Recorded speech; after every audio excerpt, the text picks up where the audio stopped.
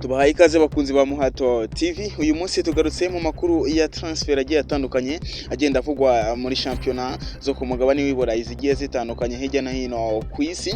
Harimo Premier League, La Liga ndetse na Ligue E, harimo Bundesliga ndetse na Serie A hara mu Butaliyani. Naho turanyarukiraho turebe uburyo byifashe na makuru ya transfer agiye atandukanye. Mugiye kubana nanjye Peacemaker the first one.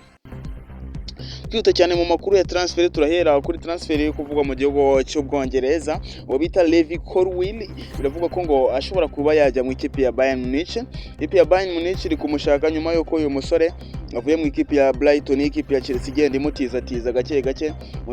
Yaraje rero yitwara neza, birangira ubungubu ari umusore uhagaze neza, mu defenseur umeze neza cyane. Rero ikipe ya Bayern Munich iri kumuhiga barebe ko bamusinyisha. Ni umusore w'imyaka 21, ni umudefenseur ukomeye cyane mu ikipe ya Chelsea.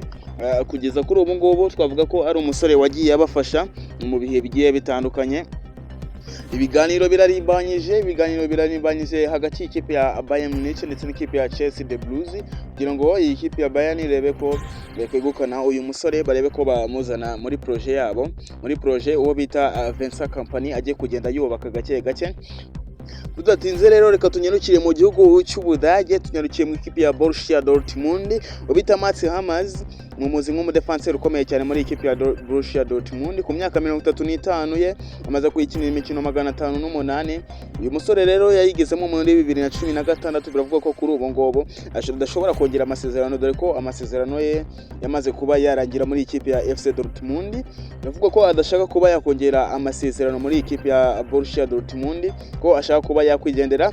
Ese uyu mugabo arerekeza he? Dore ko ngo uyu mugabo ari kugenda nawe abyinavamo, ari kumera nk'ubyinavamo, kuko imyaka iramujyanye. Imyaka 35 ntago ari imyaka mishya kuri uyu musore. Ni ugutegereza tukareba rero uyu musore ni ikipe agomba kuba yakwerekezamo. Ese arekeza mu ikipe yavuyemo, ese ni bimeze gute? Tuzagenda tubaha amakuru updates zigiye zitandukanye zigenda zivugwa n'ubundi kuri iyo musore ni ikipe ya Borussia Dortmund. Kwihuta cyane n'ubundi mu makuru ya transfer agiye atandukanye, tuyigarukiye mu gihugu cy'Ubwongereza. Ikipe ya Crystal Palace yamaze kuba yasinyisha n'umukinyi ukomoka mu gihugu cya Morocco bamwita Chad Riyad. Uyu mukinyi rero bamaze kuba bamusinyisha amasezerano azageza muri 2029, umukinyi w'imyaka 20. Uyu mukinyi rero birumvikana cyane, ni umukinyi ukomeye cyane ikipe ya Crystal Palace bari kugenda bongeramo kugira ngo bakomeze kubaka. Bigaragare ko bari batangiye kwitwara neza muri iyi minsi ishize, nyuma yuko championnat yari igana ku musozo. Uyu mukinyi rero nyuma yuko mbere yuko aza muri ikipe ya Crystal Palace yabanje kunyura mu ikipe ya Mallorca, hanyuma aza kwinjira mu ikipe ya FC Barcelona. Ntibyamugendekera neza, dore ko yayikiniye imikino 3 yonyine muri saison ya 2022 na 2023. Kugeza kuri ubu ngubu yarari mu ntizanyo mu kipe ya Real Betis, ariko nyuma yo kwitwara neza nyine ikipe ya Crystal Palace yahisemo kuba yamusinyisha. Reka turebe uyu musore ikintu azaza gufasha ikipe ya Crystal Palace, cyangwa se ni umusore uzaza n'ubundi aje kuzima biraho. Ugutegereza tukareba uburyo ibintu biri buze kuba byagenda neza cyane kuri uyu musore bamwita Chad Riyad. Ni ugutegereza tukareba. Tukiri mu gihugu cy'Ubwongereza, ikipe ya Manchester United barategura kuba bareka iyi transfer yo bita Jared Braithwaite.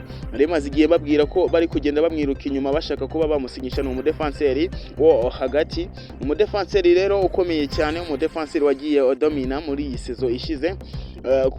Kuri miliyoni 70 ikipe ya Everton ishaka, ikipe ya Manchester United barabona badashobora kuzitanga, kuko bafite andi mazina menshi cyane atabahenda kandi nayo agiye akomeye cyane. Harimo nk'umusore Mark Gay, harimo umusore Jacques Todibo, harimo umusore Leniolo, harimo umusore Matis de Ligt wo mu kipe ya Bayern Munich.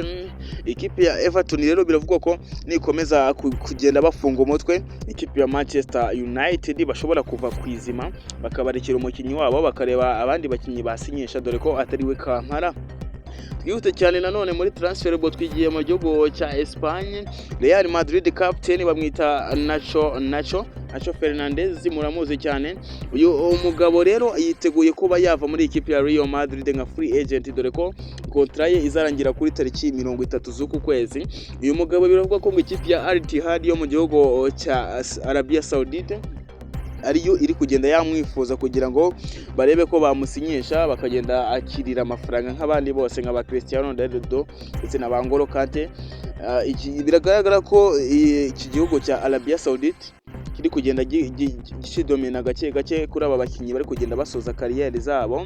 Ese ibi biragana he kuri uyu musore? Amasezerano narangira tuzahita tubaha amakuru nk'ibisanzwe nyine.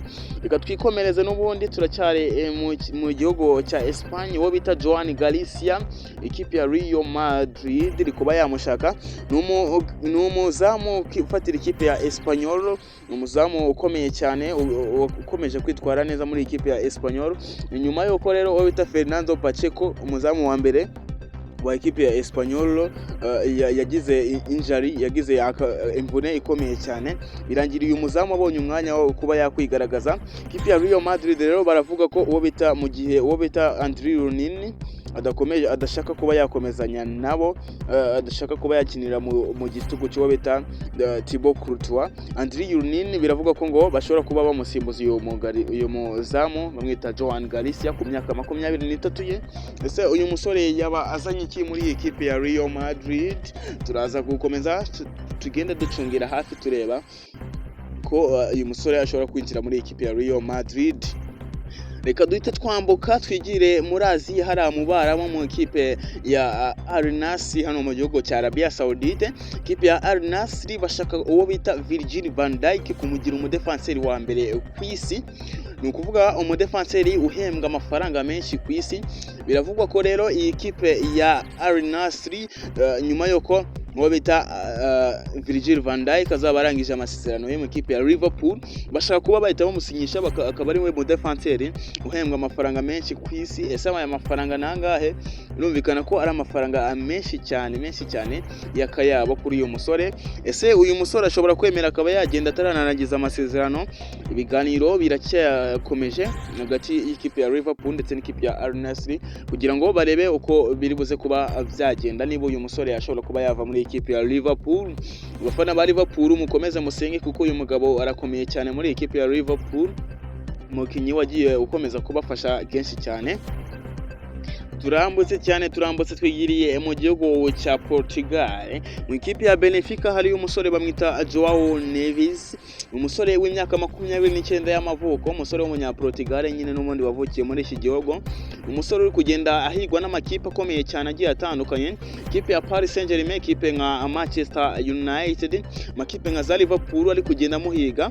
Ni umusore kubera kugenda yitwara neza, release clause cyangwa se amafaranga agomba kuba yakwishyurwa kugira ngo ave muri ikipe yavuye kuri miliyoni 60 z'amayero agera kuri miliyoni 120 z'amayero.